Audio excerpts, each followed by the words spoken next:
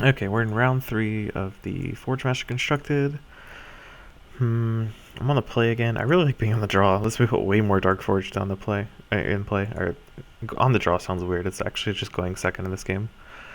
He's not playing anything. I don't really know. He's not playing any Soulbind, so he could be playing literally anything. I guess I just play Dusthammer in the side lane.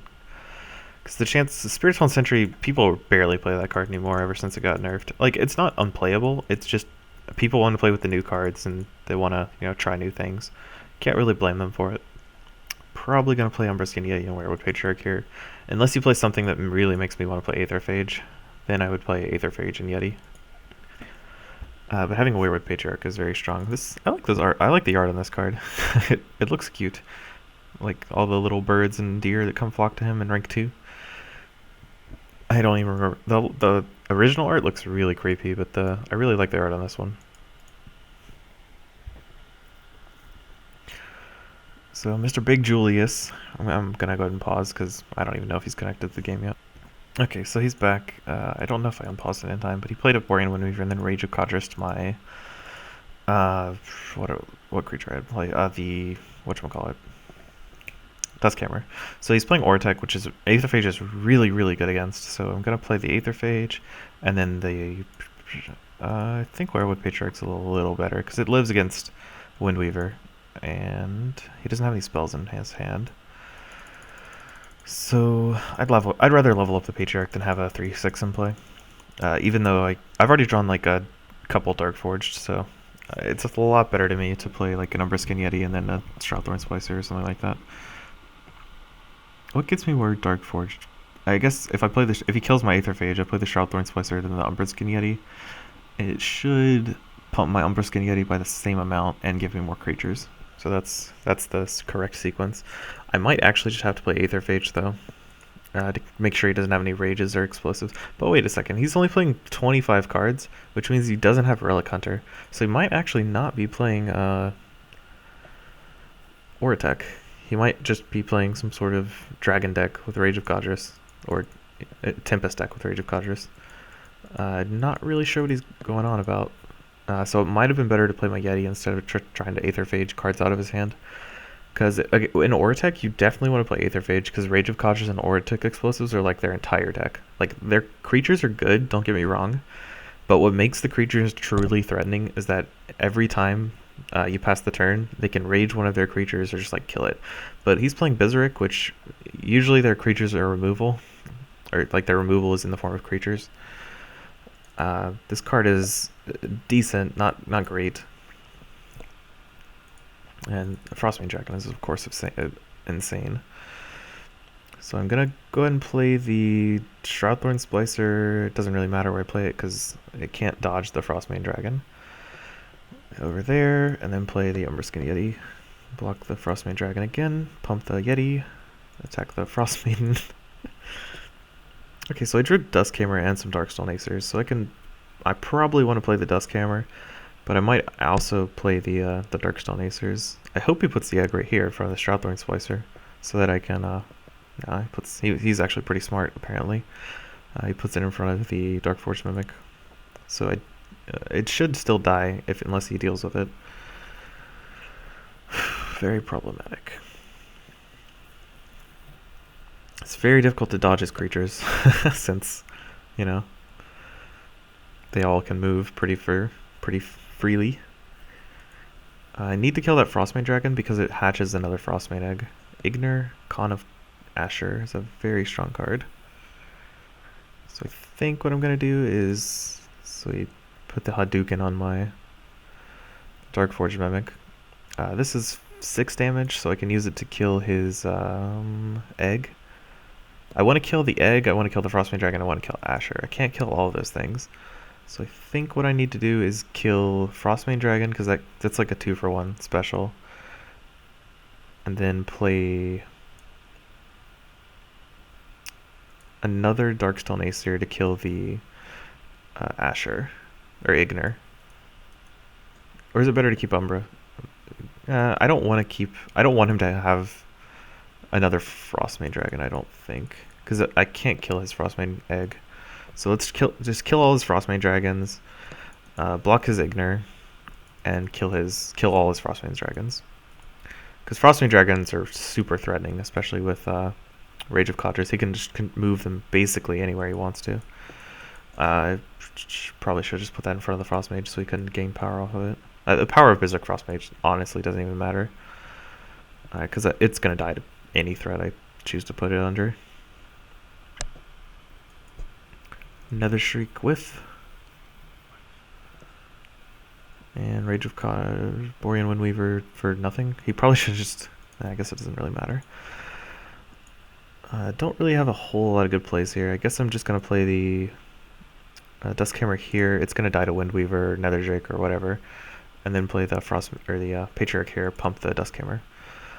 This way he can't kill my Patriarch unless he plays another Windweaver. Because he would... I mean, he'd kill the Patriarch with Nether Drake, but not with the ability. He'd have to trade. This deck actually might be bad for me. Because he has got a lot of removal spells. And he probably scales better than me because he's playing a bunch of Windweavers and stuff like that. So if he moves over here to kill my Dusthammer with Nether Drake, that's very annoying. And then move the Borean Windweaver to kill Patriarch, that leaves him with 0 board. I personally wouldn't take the 50-50 to kill Patriarch, but I understand some people like to live on the edge. Yeah, that just seems poor to me. So I think Shroudthorn Splicer is not that great here, but I don't really have a whole lot of other options. I could play the Yeti to kill the Borean Windweaver, then play Darkstone Ace here to only deal 3 damage. So the only way I can kill anything is with the Shroudthorn Splicer, which lets me kill the level 2 Windweaver. So let's go ahead and put this in front of Ignor, I guess. Honestly don't really think it matters where I put it. As long as hopefully the Mimic doesn't spawn in front of this Windweaver, because that would suck. Because I really wanted to put the Darkstone Acer here to block the Windweaver and kill it, so he doesn't get the extra mobility off his creatures. But I guess it doesn't matter too much in the end, since at least I get to kill his Nether Drake.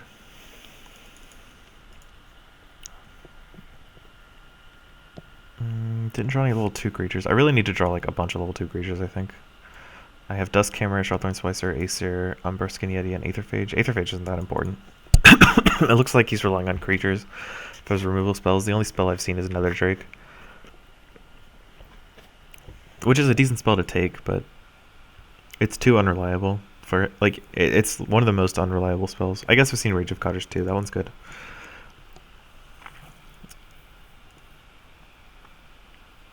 But I think his spells are just too unreliable to focus on trying to Aetherphage them out of his hand. I think I'd rather just play Umbriskin Yeti and Aranti Warlord this turn. I'd be pretty hard-pressed not to do that, honestly.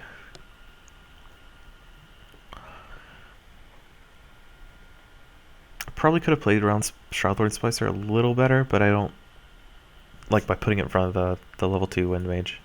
That would have been much better than putting it in front of Ignor, now that I'm thinking about it. I can't remember why I didn't do that. I think I just didn't think of it. I wasn't paying too much attention. I'm pretty sure what happened was I wanted to block Ignor, but I didn't realize that playing the Darkstone Acer would create a Darkforged Mimic. I only thought about the original copy I get by playing the Splicer. Biggest Julius is taking his sweet time, let me tell you. I'm just going to go ahead and pause it while he, brushes his teeth or saves orphans from a burning orphanage. So we played Nether Drake in front of my Darkstone Acer, and it died. Super unfortunate. I would imagine he was trying to kill Warwick Patriarch there, because that's the card that actually matters on this board state. Like, the Darkstone Acer is only a 4/4. I could Dendrify that to make it a 7/7, so he can't use any of his mobility shenanigans. That's probably actually the play. And then maybe play Aranti Warlord in front of the Windweaver. Yeah, I think that's what I'm going to be doing. I think I'd rather kill Ignor than Windweaver. Actually, it's a pretty tough call. If I want to kill Ignor, it's probably better to play the Umbriskin Yeti. I definitely want to Dendrify the Nether Drake, right, though? No. If I kill the Windweaver, he can't move his Nether Drake unless he plays another one. So I think I just want to play the Umbriskin Yeti and the Aranti Warlord. Kills both of his creatures. I get 2 creatures on my own.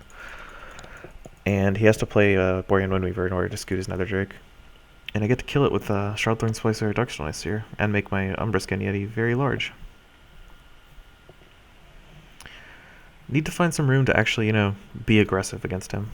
Did I draw any of the level 2 creatures this turn? I have a level 2 Duskhammer and a level 2 Umbraskin Yeti in my deck. I don't think I played any of them, so I'm actually pretty soft. I don't have very many aggressive threats. Because I just simply didn't draw the Spring Dryads I'd played in the first rank. Which is sort of a deck building problem if you need to draw a specific subset of cards in order to play. But at the same time, I have 6 of them, and I'm going to play them pretty much every single time I draw them. So I don't really think the deck building is off that much. Ugh, that's unfortunate. Frostmane Dragon on the excellent turn. Okay, at least he killed the Warlord and not the Darkforged. Because now I can make a Shroudthorn Splicer like over here or something. And then make 5 Darkforged and shoot the Frostmane for 3 times 5 is 15? Okay. Yeah, for 15. So hopefully... Okay, sweet. That's kind of where I wanted it to go. I wanted to play the Darkstone Acer in front of the Nether Drake. I just can't do that until the... And this combo is really sweet. The Shroudthorn Splicer, Darkstone Acer, I feel so good every time I play it. And then I drew the Umbraskin Yeti and the Darkstone Acer. Yeah, this is like... Darkstone Acer is one of my favorite cards, I think, in the new set. It's very, very small, like a 2/4, 4/8, 10/20. 10/20 is actually pretty big. But 2/4, 4/8 is like a microscopic in terms of actual creature value. But the card is so sweet. Let me tell you. Does he have actually another Nether Drake to play in front of the Darkstone Acers, maybe? Rage of Kadris. That's probably worse than playing a creature. Because now I play Umbraskin Yeti and level 3 Acer.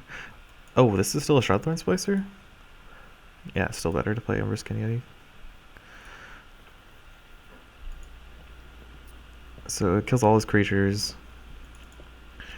And I have actually a pretty good board right now. I can Ferocious Roar my guys or rebuild my board with Shroudthorn Splicer once he plays Nether Drakes and such. I only have one more Darkstone Acer though. I believe it's a level 2 Darkstone Acer, not positive. It's a level 3 one. So, what's the play here? I think I play...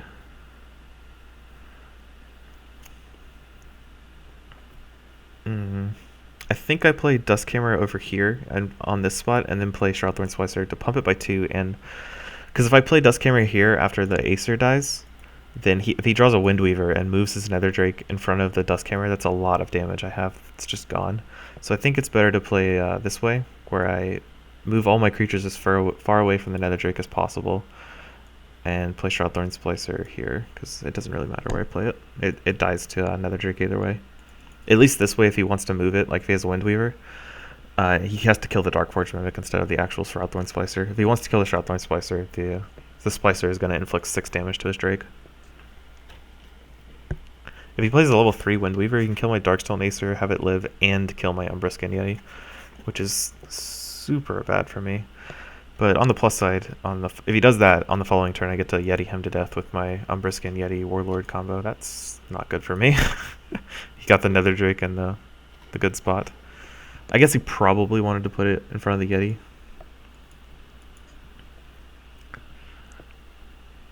I guess he just doesn't have a Windweaver, because he would have slammed it, I think, if he had it. Because then he could control more accurately where the Nether Drake level 3 ends up. This card's very strong, actually. 15/15 with mobility 1 that kills anything it moves in front of. I still need to see how he's going to deal with this Umbraskin Yeti, though. Weirwood Patriarch level 3 pumps anything with less than 7 power, which pumps level 2 Darkforged Mimics. So I can actually play that in front of like the Patriarch and pump all my creatures. Also, what I can do is After Umbrisk and Yeti attacks on my turn, I can move it in front of the Nether Drake, so he has to kill it. He had the Windweaver. Why was this a hard decision? I think that's a strict misplay. Because he could have played the Windweaver in front of the Aesir, had it live, then moved the Nether Drake 3 spaces in front of the Umbrisk and Yeti. It's just kind of sloppy to me. Very sloppy. I'm going to play the Umbrisk and Yeti in front of the Nether Drake and get the Shroudthorn Splicer proc, hopefully over here, because I would not like to... Actually, it doesn't matter really where it ends up. I would have rather had the Weirwood Patriarch live, though. But he's at 17, and I have 2 aggressive creatures that do a bunch of damage. Plus, he has to kill its Umbrisk anyway at some point. If he doesn't kill it, I can move it out of the way. And I can burn out his face, I guess. It's another thing I can do. He can't Rage of Codgers, because that only works on Tempest creatures. So he can't, like, Rage of Codgers, move, kill my creature, play Windweaver, take 11, die next turn. I don't actually know how he gets out of this. So if he has... Rage of Codgers doesn't work. Ambriel's Edict, he's on that color. I can't think of a single card that helps him. I guess if he attacks me for 15, puts me to 28, and then double Howls of Zith me. He lives a turn, but then he dies. I guess so. Yeah, he's just dead. Man, that took a long time.